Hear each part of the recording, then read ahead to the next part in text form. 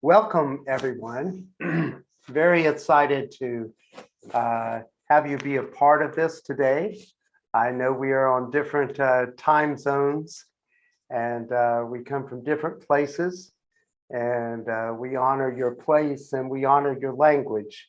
So we will try to, though it's in English, we'll try to speak deliberately and have this be a very rich conversation among the participants we have today. We have three amazing guests.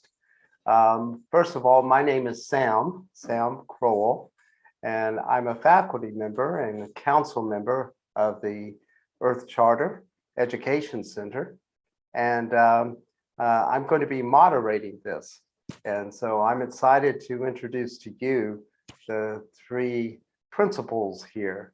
The first who will be speaking is Charles Hopkins, who is a professor at York University and works with the Asian Summit as well, and has such a long, amazing history in sustainability work and in really helping shape policy over many decades. So we're very honored to have him be a part of this. Next, we have Miriam Vilela, Dr. Miriam Vilela, who is the Executive Director of Earth Charter International and also the Education Center. She's based in Costa Rica, and besides being an incredible human being, she has also been involved with the Earth Charter and with sustainability and education for sustainability from its inception. So we're very honored and happy to have her be a part of this. And also we have Atsufumi Yokoi, and he is Vice President at Okayama University in Japan. And Atsufumi has also just recently been inducted as a fellow into the Royal Society of Arts. What an amazing honor. And the work he's doing and the university is doing there is just something that is quite admirable and something we can all learn from. Finally, all three are chairs, are UNESCO chairs. And they represent different facets of what that means, and I will let them explain that. And this evening or morning, we will be having them look at the UNESCO Futures of Education Initiative and how that coincides and integrates into ESD, that roadmap for 2030. So we're going to first have some comments by Charles Hopkins, and next we will have Miriam Vilela, and last we will have Atsufumi shape the discussion and conclude it. And then we will have questions and answers as time allows. So thank you for being here. Thank you for being interested and such a vital part of this work throughout the world. Want to introduce and welcome Charles. Thank you very much, Sam. And it's a pleasure to be here. And thanks to Miriam for arranging this and setting it up. I love the title of Rethinking Education for Current Times. What a huge challenge that is. And then you asked me to talk a bit about education for ESD for 2030, a current UNESCO program. The full title for it is Education for Sustainable Development Towards Achieving the SDGs. And I'll come back to that because over time, education for sustainable development has had a few twists and turns. But currently now, most people are seeing this as sort of a continuity of ESD as it began as a means of implementing Agenda 21. That was in the 1990s. And then we had the UN Decade of Education for Sustainable Development. And then that went to 2014. Then we had from 2015 to 2020, roughly the gap. And now we are into a fourth implementation plan called ESD for 2030. So it's just sort of trying to set what it is. The ESD, I think it's important to realize when it began, it had four thrusts or four areas that we were working on. One of them was simply access and retention in quality education. And I think this is where our discussion can go. The second thing, though, was it was realizing it was our most educated countries that are relieving some of the greatest sustainability problems on the face of the planet. So it wasn't just more, it was reorienting the purpose of education. That was the second thrust. The third was public awareness and understanding, because we all realize governments, I think the purpose or the goal of most governments is not good governance. We'll find out tonight in the US elections, I suppose.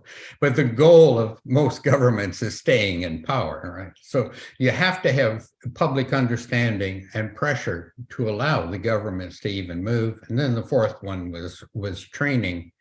So as I mentioned, we had these four thrusts. Now, ESD for 2030, though, has sort of been reduced to, as they say, supporting and implementing the Sustainable Development Goals, which is just the implementation plan, the current implementation plan.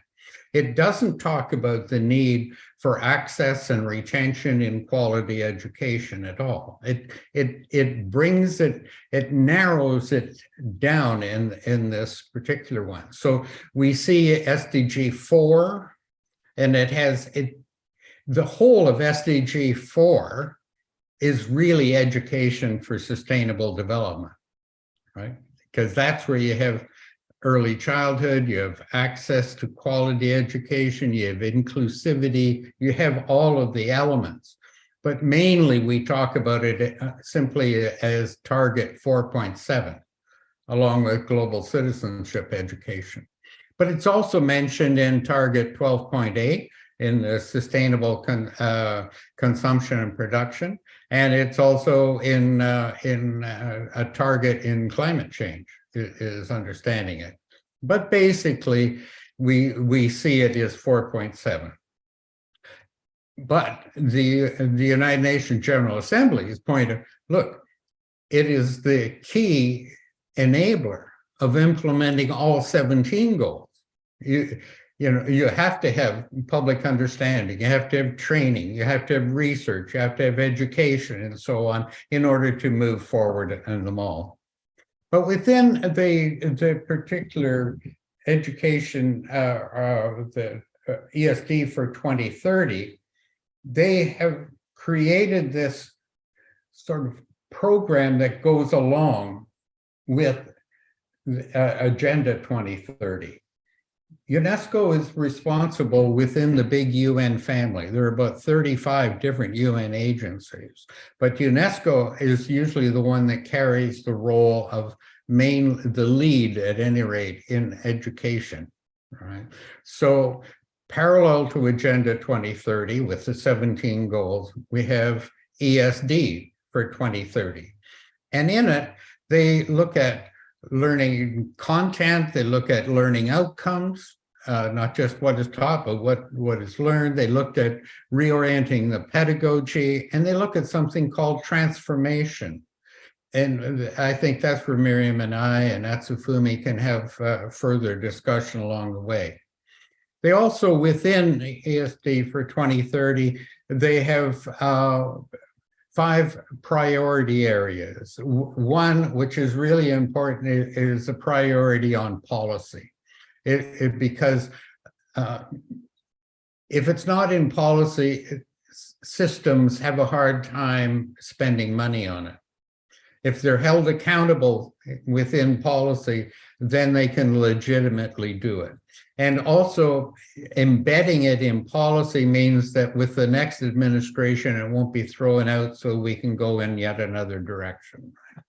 The second big priority area is working on school settings. And we look at a whole institution approach. It's not just what gets taught, what gets evaluated, what gets reported on, but also the practice of the school system. Or if it's a university, it's even down to its operations and so on, right? The third one is building the capacity of educators. And that's another one where the Earth Charter does so much work. It is trying, because most of the world's 60 to 70 million teachers really have had no training in this. And in the recent study by Education International, which is the world's overbody for teacher unions, they pointed out that the vast majority of teachers felt they were not prepared and were uncomfortable in dealing with many of the sustainability issues. The fourth priority area is working with youth. After all, it's going to be their planet. And what we really need to do is to make them aware and have basic understanding so they can make better choices. And the fifth one is localizing. It's working at the local level. It's how do you localize these SDGs to bring them into making them relevant for the and putting them in context so that you can actually grapple with them, so that you can work on these things. So they've also come out with a toolbox to help, and they're putting a number of things that are out there. But just let me back up, because I know I'm in this opening. I want to be limited to the 10 minutes. There is this confusion as we focus on ESD as the implementation plan for the current sustainability issue, because it is originally, and I feel very personally, it is much broader than simply doing that. Because we know within 2 years, by 2025 at least, we'll be talking about the next plan. And we may not even have sustainable development goals in the next one. We'll have something else that it will be called, right? And also we know that simply being an implementation tool for the sustainable development goals, no matter how important that is, what we are really talking about is broadening and transforming our education system itself to embed a sustainable future.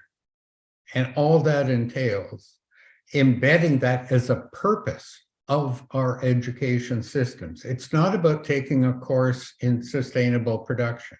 It's not about taking a course in climate change, right? It is much more comprehensive that we want to talk about, a much more holistic approach and understanding the cognitive, the social, the emotional, and behavioral learning. It's much more than simply some content. But at any rate, I'll leave it at that, and hopefully we'll come back in a discussion and we can pick up some more. Thank you so much. I love the way you've introduced these ideas to us, and especially the priority areas, and how we can be aware of those through policy and whole institution approach, the capacity, building capacity, working with youth and localizing. I think in many ways we see that those mirror a lot of the things that the Earth Charter is also trying to produce, which leads us to our next guest, Dr. Miriam Vilela. Thank you, Sam and Charles. It's good to be here. I also want to thank Atsufumi for joining us. And I can see some friends from India, Varghese, China, Liu Yonghua, and I always feel so happy to see people from different regions of the world connected here through Zoom. And thank you also. I see Dick de Groot from Holland joining us. And I think it's in the middle of the night for you in Holland. So anyway, and I know it's early in the morning in Japan, China, and other places in Asia. So I was actually quite happy to hear Charles mentioning over 20 million educators around the world who mostly don't know anything about what's going on with the efforts to reorient education or the efforts to transform education. So that's where lies my passion. On one hand, I see the opportunities of these various different UNESCO agendas, program, and efforts to transform education, to reorient policy or to generate national policies. I mean, through these UNESCO efforts to generate national policies towards education for sustainable development or new kinds of education. But on the other hand, I see this gap of these millions of educators who are not even aware of what is going on. So I would like to start. So my job today here is to share a little bit about what's going on with the Futures of Education initiative. And I just wanted to start by mentioning that nearly 2 months ago in September, the UN opened the UN General Assembly with a summit focused on education. So there was a whole purpose behind that, was to highlight, emphasize the importance of transforming education and galvanize political support around it, right? But the point, what my feeling is that only those who were there at that day in New York, member states were really aware of that. And I think there's much effort that needs to be done to really raise awareness about that. So let me quickly share with you a presentation that is focused on this information on the initiative of transforming education or the futures of education. So again, in September, 2 months ago, the Transforming Education Summit took place, and there were two things that I would like to highlight that were in the agenda. I mean, the purpose of this was to galvanize attention to the need to make education, this effort of transforming education, in such a way that policies and programs around education really address climate and environmental crisis. But it also said that one of the purposes of this Transforming Education Summit was to highlight the importance to foster global citizens, citizens that are more ethical and socially responsible. So what I see here is a great opportunity that UNESCO and member states, imagine that in the UN General Assembly, organize this summit to really make emphasis on the importance to rethink and reorient education. Now, this summit is not isolated from other things that UNESCO is doing. A year ago, UNESCO launched the Futures of Education report. I'm going to talk a little bit about that, because this summit that I was just mentioning here is organized, I think, as a step to promote the Futures of Education report and is also a step to start thinking that UNESCO is already planning in 2 years from now to organize a major global conference on transforming education. However, this effort is somewhat organized in a separate way from the efforts that Charles was just explaining to us on ESD. But around the buzz or the noise around transforming education, so it's the Transforming Education Summit, it's the report that was launched a year ago, and it's this conference that is being planned already 2 years from now. There is a lot of noise on the budget. So the question is, how much of the national budget governments dedicate to education? In some places it's 4%, other places it's 7%, it's 8%. So certainly UNESCO is using that moment to highlight the importance for governments to spend more from the national budget into education, at least 8% or more. So there's a lot of buzz around the importance of transforming education, not only transforming education, but looking at quality education being a public good or human rights, right? These are just things that you can find in UNESCO Facebook or UNESCO website and social media. It's just to show the buzz around the Transforming Education Summits, the efforts that UNESCO is undertaking currently to really look at, okay, education needs to be transformed. Governments need to invest more in education. Education is a public good, quality education is a human right. And if you really want to take serious sustainability in addressing climate change, we need to look at the role of education, right? So these are just things that we find, the buzzwords around UNESCO, but this is in Spanish, but it's a report that came from the UN Commission on Economic of Latin America that already says that probably by 2030, in Latin America, they already foresee that we are not going to be able to meet the targets or the SDGs, especially in education. So what can we find in this Futures of Education report? It's actually called, for short, the report on the futures of education, but for long is reimagining a new social contract for education. So it's really a call for reimagining our future together. So one point that UNESCO is addressing is this issue about addressing the inequality in terms of the access to education, and that governments need to really take concerted efforts to address the issues around inequality in terms of not only the access to education, but also the access to quality education. So to give you an example, in Latin America, there is certainly a big gap of people from the middle upper class having access to quality education through private schools throughout primary schools and secondary schools.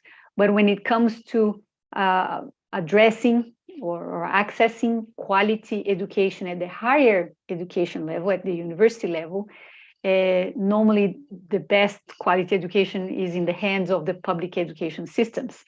So there is a very strong social inequality happening in Latin America that is clearly seen through the different social structures that we have here. The report addresses the challenges that we currently have, including the planet. So it says the planet is in peril. There is a growing digital divide, the issues around the deterioration of democracy and growing polarization. So the report addresses that and look at the current challenges we have and what's the role of education in addressing these world challenges. The report also emphasizes the importance of pedagogies of cooperation and solidarity. And two things that are quite important: transforming schools and the importance to ensure professional development for teachers. So the report is emphasizing that. I think it's an incredible opportunity that UNESCO is creating to galvanize support, international collaboration, to put government's attention into these issues, right? And again, I just wanted to highlight 2 out of several proposals for renewing education that this report is highlighting. Again, one is rethinking the pedagogical approach to education that should be around principles of collaboration, cooperation, and solidarity. And they say throughout that the curriculum should emphasize ecological, intercultural, and interdisciplinary learning. And of course, I work with the Earth Charter, so I was very interested to look through this report and see what does it say in terms of values education. And I was quite happily surprised to see that values is actually highlighted in several different places in this report. And I just bring two examples here. And the report says, I quote, education should promote the skills, values, and conditions needed for horizontal democratic dialogue, and etc. And this report also says, for instance, values such as respect, empathy, quality, and solidarity must be the core to the mission of universities, colleges. Imagine how important this is, right?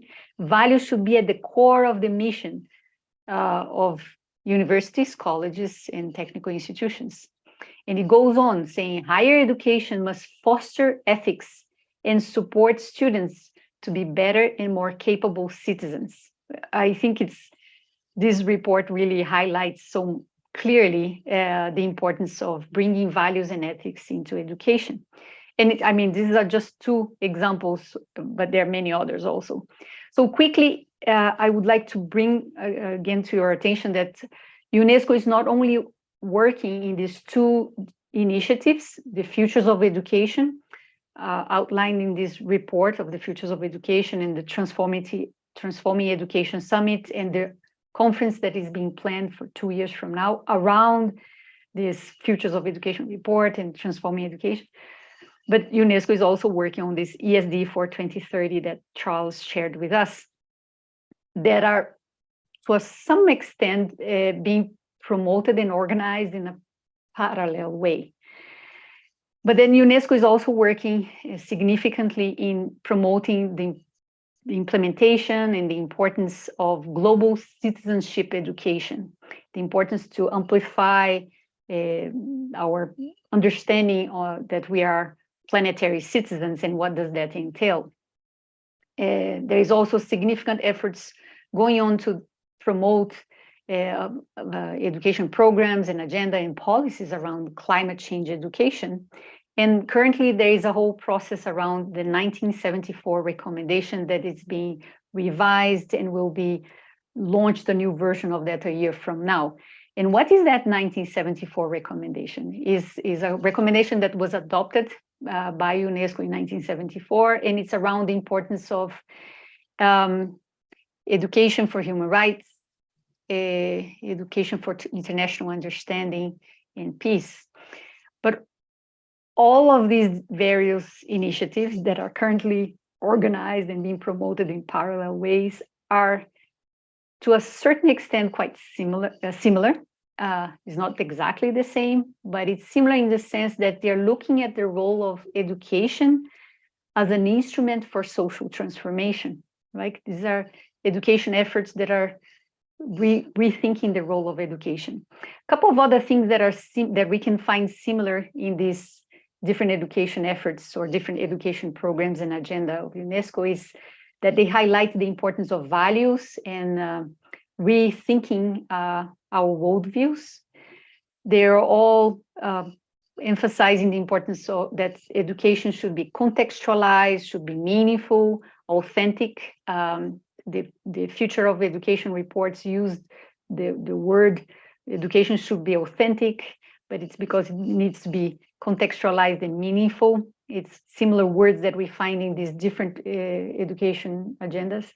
Education should be reoriented in such a way that we ensure it's student-centered, participatory, and also which I find quite incredible, that in most of these UNESCO education agendas, they're emphasizing the importance of social emotional learning, that education should be holistic, systemic, or multidimensional.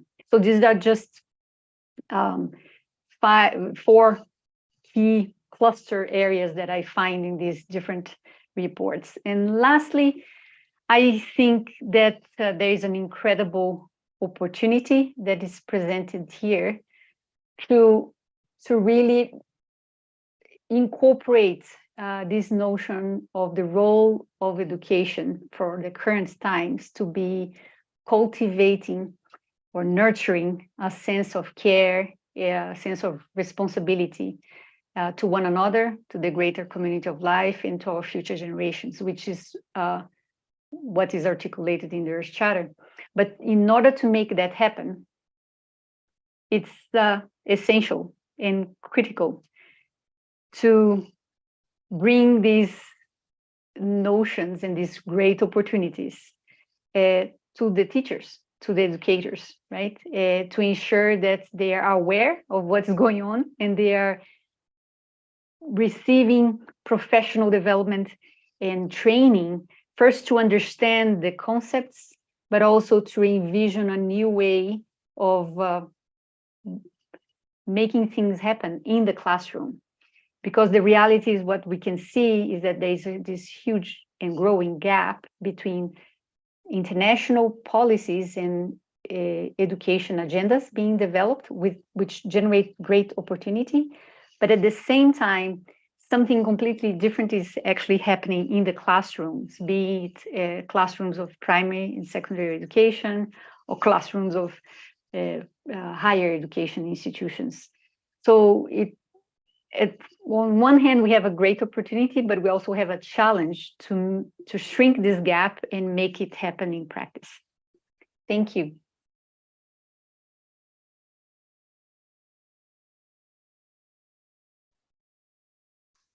Thank you so much, Miriam. And there's this, it seems like we're moving to this larger discussion on transforming education as we rethink about it, as we rethink education and reimagine it.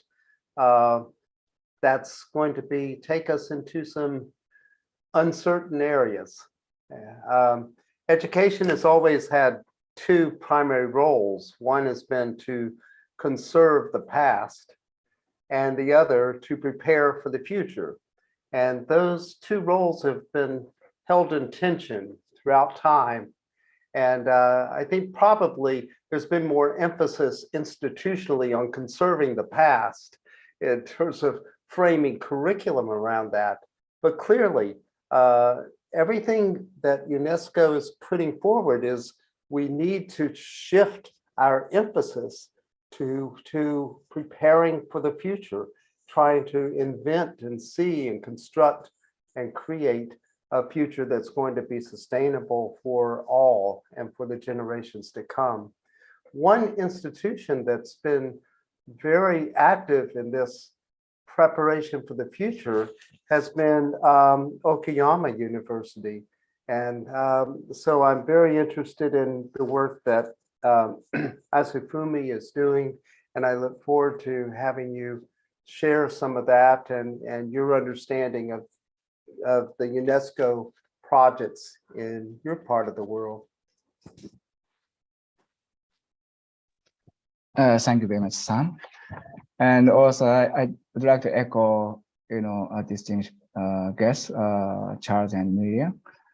And this year we have a lot of UN conference, including, for example, in this May in Barcelona, World Conference on Higher Education, and also in this July, Transforming Education Press Summit in Paris, and also United Nations General Assembly in this September. Yes, indeed, Transforming Education Summit. This discuss everything in this here as well, how to galvanize this movement transforming education. But well, I'd like to echo everything. And also personally, my hope is that education should be the engine of the human and planetary well-being of all, not for just the engine of the growth. But this is a discussion point from the every UN conference this year. And also education will undergo transformation to heal the growing fractures dividing humanity, and also to foster collective responses to avert the catastrophes that threaten to engulf us all. So this is a really important point for transforming education. So as Miriam mentioned, the inequality, education, I must say, is engine of inequality. So this is a really current situation because, Antonio Guterres, UN Secretary General, also mentioned about this. Unfortunately, education is the engine of inequality. So we have to transform education because of that. And also we must recognize our current education, as mentioned before, because the engine of inequality. So we must reverse this into the engine of generation to reduce inequality. So in order to transform ourselves and transform our society, transform education is a matter for our future. This is a basic foundation for discussion point. So we need more, as Miriam mentioned, cooperation rather than competition. And also we need more epistemic freedom and epistemic diversity. Because I must say education is, well, capitalized or privatized at this moment. So in other words, in order to get the fund, we just adjust such a kind of current market forces or capitalization, privatization. But this is not good to promote global good. So, but how should we do? This is also a discussion point to transform education. But this is a great point, as Miriam also mentioned, education is a fundamental birthright, human right. So reimagining education is a real journey to the stars. But in this scenario, for example, higher education or school, it should focus on creating a dynamic space in, of course, multi-stakeholder partnership manner for critical analysis and intergenerational dialogue, including the incorporation of the planetary ethics and planetary consciousness. So that young people, for example, in particular, develop identities as a planetary citizen, beyond just global citizen. This is also mentioned by Assistant Director General Stefania Giannini of UNESCO. Please turn just global citizen into citizenship by citizen of the earth.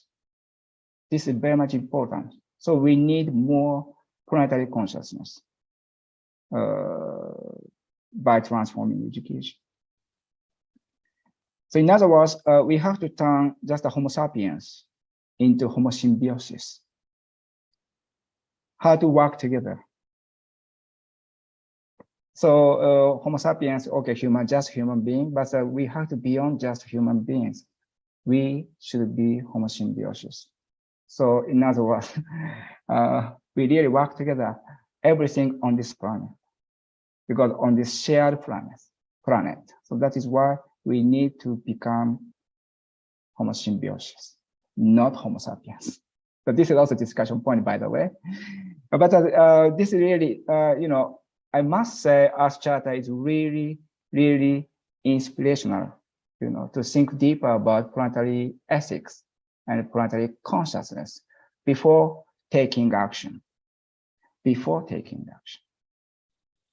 We need some important inspiration for human being, because we have to change our mindset, because we are just, moving forward. I don't know, but as business as usual, but for market forces. This is something really, really important, to transform ourselves, first of all, and then transforming education or society. So the very first thing is transform ourselves.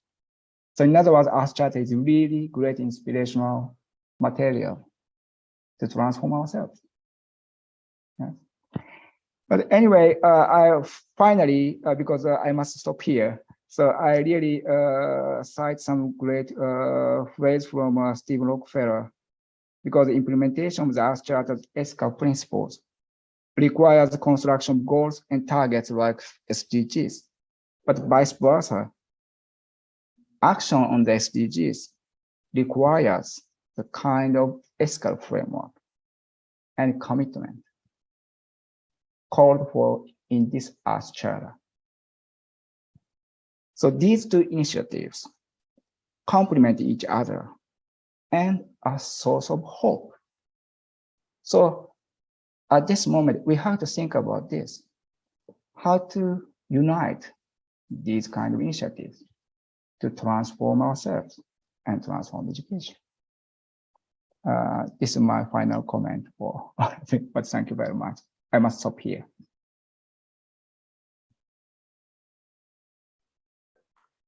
Thank you so much. What a provocative discussion. My head is spinning with a lot of different questions, and but I want to also allow questions to come from those who are gathered here. But I do have a comment and a question. The three of you really highlighted the need to transform the kind of education that we currently have, that business as usual just will not address the issues that we have in our world today, facing our planet, facing the social inequities that are around, and all of the various kinds of concerns that pervade our lives.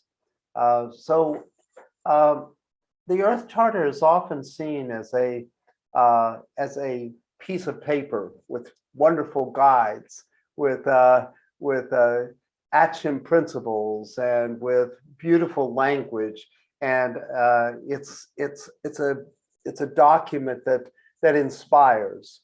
I guess my question is, how can we use the Earth Charter as a living inspiration to be infused in what we reimagine education to be?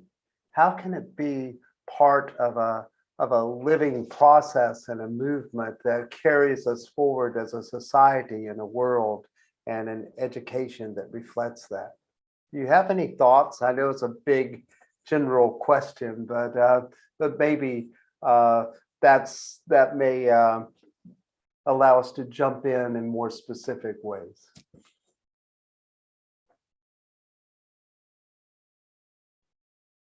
So who wants to go first? Charles? Sure. I use the Earth Charter because when I'm talking about, it's really a question of values. Where are we going to place our budgets? What are we going to purchase? What are we going to buy? And of course, the pushback is you're not going to teachers say you're not going to put your values on my children. Yes. Right? And so the Earth Charter I use as a way of saying which of these values do you disagree with, and we'll try and work our way around it. There are a lot of other values here. We picked them. But I think looking into transforming education, and I'll try and be very quick here, there are a few steps. The first step is seeing something is wrong, the disruption. And I think the Earth Charter is a great one of looking at what feels wrong in your gut, what the injustice, or, you know, this shouldn't be happening. The second stage in transformative education is actually information, knowledge, and so on. The third step is sort of a critical analysis, understanding the reality. And some of the work that Rosalind McEwen did in the education ESD toolkit and so on, with, I think it was Roger Dissinger, tremendous work in being able to really understand it. But then what makes it transformative is engaging sort of the empathetic connections, how through experiential education, becoming involved, not just knowing, engaging, doing something with it. And I think once again there, the Earth Charter in building the compassion, the empathetic, so on. And then lastly, it's the empowerment, the actual action, the engagement, and so on. So I see the Earth Charter as being an extremely valuable tool in what we're calling for in this transforming education itself, regardless of the age level and so on. Thanks. Thank you so much. That was beautifully said. I have 3 E's: engagement, empathy, and empowerment right there. So any other thoughts, Marianne or Asifumi? I would actually like to hear a lot from others, but just mention 2 for now, 2 points on the question. I think it's important to connect the worldviews and values that are articulated in the Earth Charter with our life, day-to-day life situations. The reality is that every day we make decisions, every day something happens, or we're reading something that is in the news, or we see a movie. And I think it's more, we can make use of the daily life situations to reflect on it. What happened here? Why did this happen? What was the impact it generated? Or even, why am I thinking the way I'm thinking? And look at their charter in terms of as a reference that can inform me either to question my own values and assumptions and worldviews, to actually question that, or to help me amplify things. For instance, their charter addresses or articulates this notion of Earth community, the notion of community of life. So the question could be, am I really feeling that I'm belong to, or I'm part of an Earth community? And if so, how that could change the way I make some decisions in my life, as an example, no? So I think it's connecting the Earth Charter that seems so abstract to real life situations and decisions every day, and use it as a reference to help inform our decisions. Thank you so much. I do want to allow other questions to come, but Asifumi, do you have any words to add to this at all? Yeah, I really try to echo Charles and Miriam's view by using example in here, Okayama. I try to focus on higher education and civic engagement, as well as youth engagement. So some of you might know Okayama is really oldest region in the field of ESD across the world. For example, Regional Center of Expertise in ESD in Okayama was approved by United Nations University in 2005, which is really oldest among over 180 RCEs across the world. So as such, we, Okayama, are responsible for promoting civic engagement, youth engagement, and as well as promoting higher education, which is locally anchored and globally linked for citizens in Okayama. So, but higher education, this is really important. I really try to focus on public national university, not private university. But at this moment, we, Okayama University is really national comprehensive university. We really are responsible for global good. Just trying to get the fund, but also promote global good because we are national public university. So that is why we, Okayama University, try to work together for students and also youth. But at this moment, we try to put Earth Charter into Okayama ESD project because of what we discussed in this webinar. Planetary consciousness and planetary ethics is very much important. So we need more discussion, such a kind of planetary consciousness before promoting ESD, current ESD in here, Okayama. So Okayama University is really center position across the region of Okayama. That is why we are responsible for that. By working together, government and also municipalities and citizens.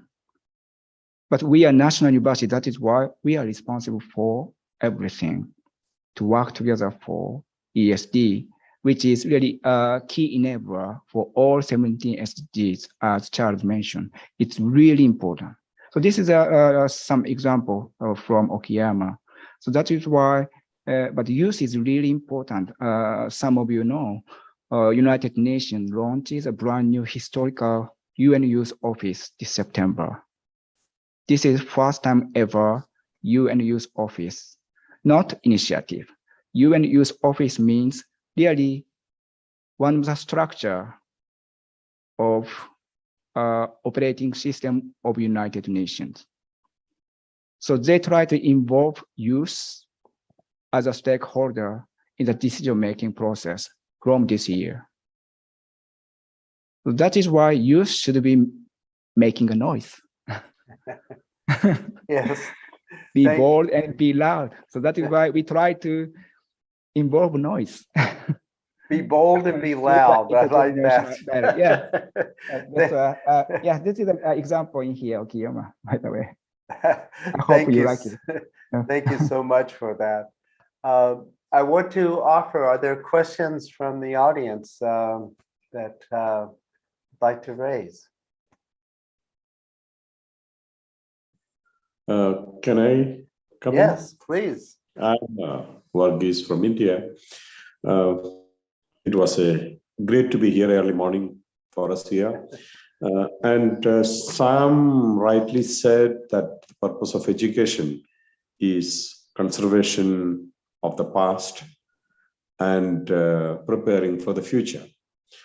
The difficulty, at least in some countries in South Asia, is that conservation of the past becomes a political agenda.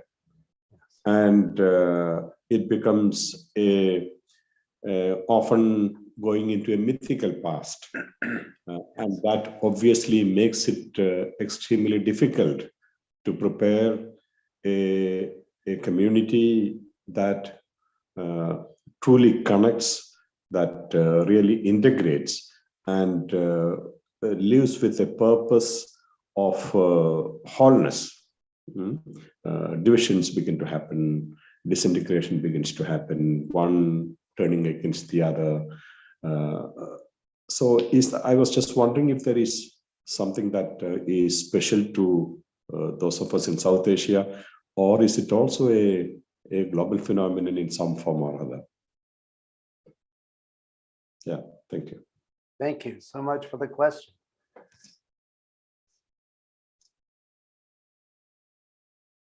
Someone would like to respond? I'll simply say in Canada, we know what it is to remove the past from cultures, and it is totally disruptive. It's what we tried to do with our Indigenous people. We also understand, though, that the future is coming regardless, and it's our moral duty, I think, to do our best to prepare people for the unknown of the future. There are some certainties, but a lot of it is the unknown. I'll leave it at that because I'm running out of time. But I'm so glad you mentioned that, though, Charles, because that aspect of stripping away the history and the cultures of others has been one of the sad points, I think, of education in general, especially colonial education of all kinds. So I'm glad you brought that up. Another comment or another question? There are three hands, Brianna, then Yes. Deborah, and then Dick de Groot. Okay, Brianna, you're first, and then Deborah. Hi, yeah, thank you very much for the conversation and sharing your knowledge and time. I'm actually studying currently at UPeace, and I did an essay on climate change education and UNESCO's role, but specifically analyzing if there was a mental health lens. A lot of the work that I've done in Toronto has been around, climate distress. And so given that youth is one of the key priorities, and there are studies that show, like one in the UK shows that 70% of 18 to 24-year-olds are experiencing eco-anxiety, which is what they call it, helplessness, anger, insomnia, panic, and guilt. And so I've experienced, I call it more eco-distress myself. So in my essay, I argue that there's a responsibility as educators that when we bring up topics that obviously cause distress, that we're aware of that and therefore have a mental health lens, or in this case, a lot of it is around emotional,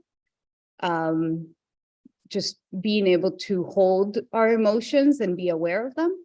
So it's just wanting to hear perspectives on that and see if this transformational agenda and specifically teacher training will include that, because there was also studies that showed like a big percentage of teachers not feeling qualified or able to hold the space for something that heavy. Thank you. Thank you for your question, Brianna, and your comment. That's really quite a phenomenon that's in our world today. A short and quick comment from our panel before we go to the next person. I can make a comment here. Thank you so much, Brianna. It's good to hear you. And yes, what you just said is something that it's coming to our mind, at least for my awareness, often, actually, in many discussions. And the truth of the matter is just sharing information about the climate catastrophe is not really helping. It either freezes people or make a lot of people see, well, what can I do? So I think one important thing when it comes to education for sustainable development that is being stressed over and over again is to enhance our capacity to envision a different future. And when it comes to the Earth Charter, there is a lot of messages around hope. So I think the Earth Charter brings these two messages, I would say. One is the importance to choose the future we want. It stresses the current challenges that we have of unsustainable patterns of production and consumption. But mostly the message around the Earth Charter is really a message of hope, to engage people more in that channel of hope rather than the channel of despair. But I think the important thing that you brought to us, Brianna, is that the teachers are expressing that they are not prepared to address it. There is a lot of talk about the importance of ecological literacy or climate literacy, but the reality is that it's only in the agenda, and mainly in the UN agenda. It's not really hasn't yet permeated different levels, and I think that's why it's so important. International cooperation around professional development for teachers to enhance their capacities to address that, and to be mindful on the importance of the not only the cognitive learning about the challenges that we have, but also in strengthening our human well-being, our inner self, like this combination of the social and emotional learning, and even our, I would say, the spiritual self, that in order to enhance our resilient capacity to address this. Anyway, I'll stop here because of time. Okay. I just want to acknowledge that we are over time. So we have about maybe 5 more minutes. What I'm going to ask is that, Deborah, if you would raise your question, and then Dick, if you would also raise yours, and then we'll let the panel send us out with the 2 questions in mind. Is that all right? Yeah, can I just say, I don't know if Liu Yun Huang wants to ask a question, but it's just because she's in Beijing and she has worked a lot around these issues. So I just want to offer her, if after Deborah, of course, Deborah and Dick. Okay. Sure. Yes, that's fine. Of course. Deborah, would you like to raise your question? Well, it's not a Good question. to see you, so by much the way. Yes, great to see you too. So it's not so much a question. It's just that in terms of all about this, transforming education, and I like how it was brought up about transforming ourselves. I just want to really comment on the value of the Education for Sustainable Development course that I did back in 2020, and you were one of the instructors, as was Miriam, and there was somebody else that was in here. So in terms of, what can we do and how do we connect? We need educators that have that kind of information and experience. So it's not just information. When the other person was talking about like mental health issues and things like that. So it happened to be right behind me. But I know there are some other, this is Reclaiming Youth at Risk, written by Brento Brokenleg and another author, and related to Canadian Indigenous people. And here on Guam, and I know I have many students here, so this is one way that I'm trying to get more young people involved, is to talk about the Earth Charter and to bring these issues up, to try to, bring more conversation to this. And also that just recognizing that our Chamorro population on Guam has also experienced a lot of the impact of colonization to this day, still considered a colony. We are higher at risk than in the States for suicide, mental health issues, substance abuse issues. So I think it's a great point that she brought up. But I really, really, really want to promote, if anyone in here, if you're a student or a teacher or whatever, is to do the ESD course that is coming up starting in January, because that really can help center and plus form community. That's it. And I really appreciate everything that I've learned with you guys. We really love that little boost there. And there is information about the course. I think Alicia has posted that in the chat box. Thank you so much, Deborah. Dick, what is your question or comment? Hello, everybody.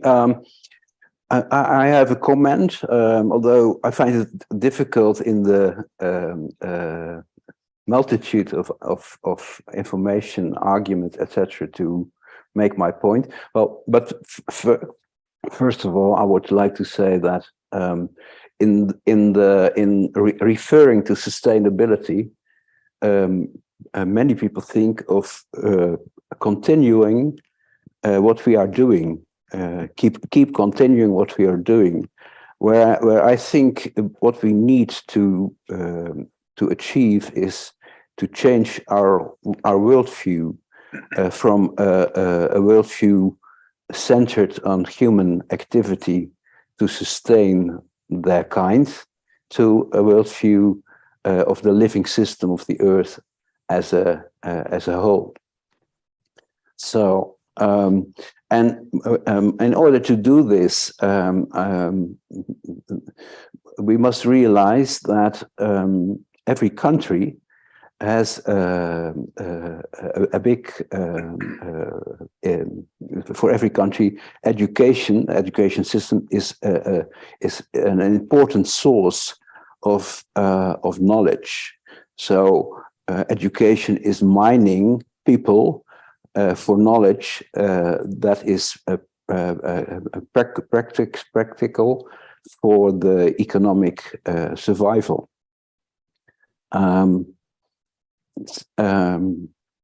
So the other way around could be to listen to people who are not like myself from my birth onwards up to now involved in a system that has caused so much damage. I need to be freed of my blind spots, you know, and and I can only get rid of them by the help of others. And this could be done mutually by telling each other stories. So I think the core of every curriculum in the world should be the Earth Charter principles, connected to one of the stories from the Earth Stories collection, and made practical by examples from the practice of the Sustainable Development Goals. I really appreciate that. And I think certainly stories and storytelling has deep roots in the human experience, as we learn from our indigenous past and our indigenous elders. And I think your notion that was echoed by Asufumi earlier, that often education serves to build inequities. And so we all probably speak from a position of privilege, and it's very hard to get outside of that framework. So I'm glad you brought that up. Miriam, you wanted to invite another speaker. I don't know if Liu Yuhuan, you wanted to make a comment or say anything. Liu Yuhuan is in Beijing. Hello? She's been working on this. Can you hear me? Yes. Yes. Okay. I just want to thank you very much, everyone, for the conversation and for all the sharing all the wisdom, and feels great to be reconnected after all those, difficulties felt globally. And it's great to be back to a community that I learned so much from the past, and want to keep in touch and learn more. And there's a lot of rethinking to do on my part, and also have to say that I felt a little bit of disoriented at times. That many of the things that we took for granted seem to be so uncertain many times, including some of the work we do, all that. But today is, I really appreciate they invited me and feel to make the right decision to be reconnected. I have to say.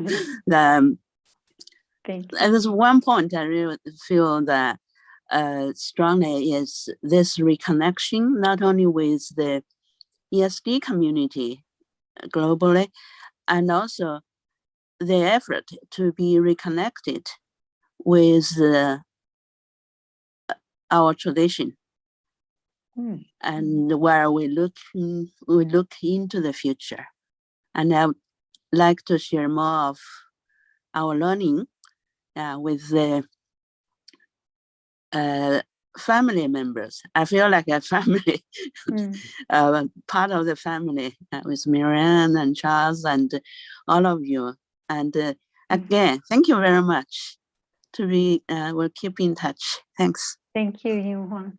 So for those of you who don't know, many years ago, Liu Huang headed the national program on environment education organized by WWF China. And then she moved to the water program of Swarovski, working with schools in China, just to give you a little background on Liu Huang. And it Family. certainly does feel like family, doesn't it? One of the things that I wanted to just point out, we are having a conference at the 1st of December, and Dick talked about honoring other living communities of life, and the conference is on planetary well-being, and so that we start to think more broadly about the well-being and our place on this earth and in the cosmos. And with that, I was told that one hand represents our own personal uniqueness, the other hand represents the cosmos. And as they come together in gratitude, I just want to share this moment as we breathe a breath and welcome and offer our gratitude to our panelists. Thank you so much for your wisdom and your beautiful articulation, and for each of you who have come and graced us with your presence. So please stay in touch with the Earth Charter and stay connected, as we just heard. Thank you.